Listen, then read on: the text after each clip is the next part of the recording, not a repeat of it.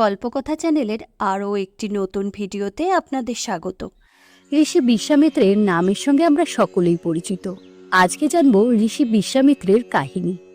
বিশ্বামিত্র প্রাচীনকালের একজন খুবই প্রসিদ্ধ ঋষি ছিলেন, কিন্তু ঋষি হওয়ার পূর্বে তিনি ছিলেন একজন রাজা। তার মধ্যে অহংকার, ক্রোধ, লালসায় পূর্ণ ছিল। প্রজাপতি ব্রহ্মার পুত্র ছিলেন কুশ, কুশের পুত্র কুশনাগ এবং তার পুত্র হলেন রাজা গাধী।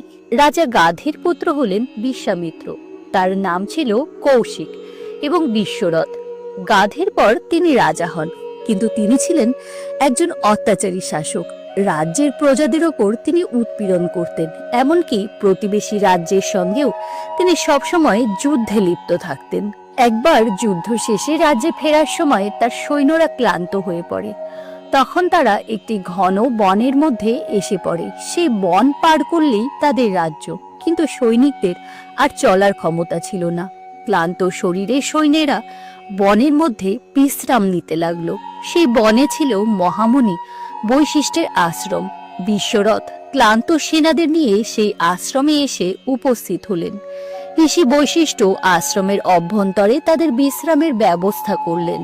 রাজা ঋষি বৈশিষ্ট্যকে জানালেন তিনি ও তার সৈনিকরা খুবই ক্ষুধার্ত, কিন্তু অহংকারবশত তিনি মনে মনে ভাবলেন একজন সামান্য ঋষির পক্ষে তাদের জন্য উপযুক্ত আহারের ব্যবস্থা করা কখনোই সম্ভব নয়। ঋষি বৈশিষ্ট্য এই কথা শুনে কিঞ্চিত বিচলিত না হয়ে তাদের জন্য আহারের আয়োজন করতে গেলেন। সমুদ্র মন্থনের সময় সমুদ্র থেকে কামধেনু সুরভি উঠে আসে। সেই গোমাতা সুরভির কন্যা নন্দিনী বৈশিষ্ট্য দেবের আশ্রমে বাস করতেন। নন্দিনীও ছিলেন কামধেনু, অর্থাৎ তার কাছে যা চাওয়া যেত তিনি তাই দিতেন। ঋষি বৈশিষ্ট্য তাকে যথেষ্ট সম্মান করতেন এবং কন্যাসম স্নেহ করতেন। ঋষি বৈশিষ্ট্য তার কাছে রাজা এবং তার সৈন্যদের জন্য খাদ্য প্রদানের প্রার্থনা করলেন। নন্দিনীও তাদের জন্য খুব সুস্বাদু আহারের ব্যবস্থা করলেন। সেই আহার গ্রহণ করে রাজা ও তার সৈন্যরা প্রচন্ড তৃপ্ত হলো। এমনকি পরদিন সকালেও ঋষি তাদের তৃপ্তি সহকারে ভোজন করালেন। রাজা বিশ্বরথ ঋষি বৈশিষ্ট্যকে জিজ্ঞাসা করলেন, এত অল্প সময়ে এত বড় সৈন্যের জন্য খাবারের ব্যবস্থা আপনি কিভাবে করলেন? ঋষি বৈশিষ্ট্য বললেন, আমাদের আশ্রমে একটি দিব্য গাভী নন্দিনী আছে। সে হলো কামধেনু। সমুদ্র মন্থনের সময় সমুদ্র থেকে আবির্ভূতা গোমাতা সুরভির কন্যা সে। স্বয়ং ভগবান ইন্দ্র এই গাভীকে আমাকে উপহার হিসেবে দিয়েছিলেন। সেই গাভী আপনার এবং সমগ্র সৈন্যদের জন্য সুস্বাদু খাদ্য প্রদান করেছে। রাজা ভাবলেন তিনি ক্ষত্রিয়, সর্বশক্তিমান, তাই এমন দিব্য গাভী পাওয়ার যোগ্য তিনি।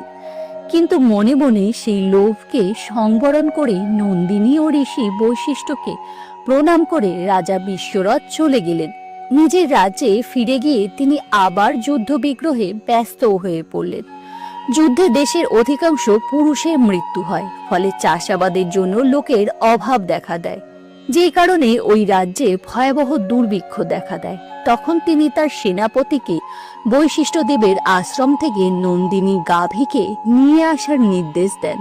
সেনাপতি আশ্রমে আসলে ঋষি বৈশিষ্ট্য তাকে নন্দিনীকে দিতে অস্বীকার করেন।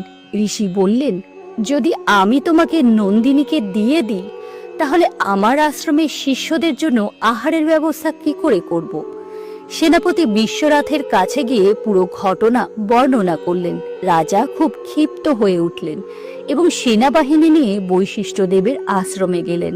আশ্রমে রাজা বিশ্বরথ ঋষি বৈশিষ্ট্যকে নন্দিনীকে তার হাতে তুলে দেওয়ার নির্দেশ দেন। ঋষি তা প্রত্যাখ্যান করে বললেন, নন্দিনী আমার অধীনস্থ নয়, সে স্বাধীন, তাকে দান করার অধিকার আমার নেই। তাছাড়া সে আমার কন্যা সম, আমি নিজ কন্যাকে তোমার হাতে তুলে দিতে পারবো না। রাজার সৈনিক তখন জোর করে নন্দিনীকে নিয়ে যাওয়ার চেষ্টা করে। অতঃপর ক্রোধে নন্দিনী গাভী একটি সৈন্যবাহিনী প্রকাশ করে এবং রাজার সমগ্র বাহিনীকে ধ্বংস করে দেয়। এরপর বিশ্বরথের শতপুত্র বৈশিষ্ট্য দেবকে আক্রমণ করতে এগিয়ে আসে। তখন বৈশিষ্ট্য দেব তাদের ভৎস করে দেন, কিন্তু রাজার একজন পুত্রকে তিনি জীবিত রাখেন। বিশ্বরথ তার সেনাবাহিনী ও পুত্রদের ধ্বংস হতে দেখে ভীত হয়ে পড়েন। তিনি বৈশিষ্ট্য দেবকে বললেন, আপনি আপনার তপস্যার শক্তিতে আমাকে যুদ্ধে পরাজিত করেছেন, তাই আমি ভগবান শিবের তপস্যা করে শক্তি অর্জন করব। তারপর আমি নন্দিনীকে এই আশ্রম থেকে নিয়ে যাব। বিশ্বরথ নিজ রাজ্যে ফিরে গিয়ে তার একমাত্র জীবিত পুত্রকে সিংহাসনে বসিয়ে তপস্যা করতে হিমালয়ে যান। তিনি মহাদেবের কঠোর তপস্যা করেন। মহাদেব তার সামনে উপস্থিত হয়ে বর চাইতে বললেন। বিশ্বরথ বললেন, হে প্রভু, আমি একজন রাজা। রাজার যুদ্ধ বিগ্রহের জন্য প্রয়োজন অস্ত্রের, তাই আপনি আমাকে সমস্ত দিব্য অস্ত্রের জ্ঞান দান করুন।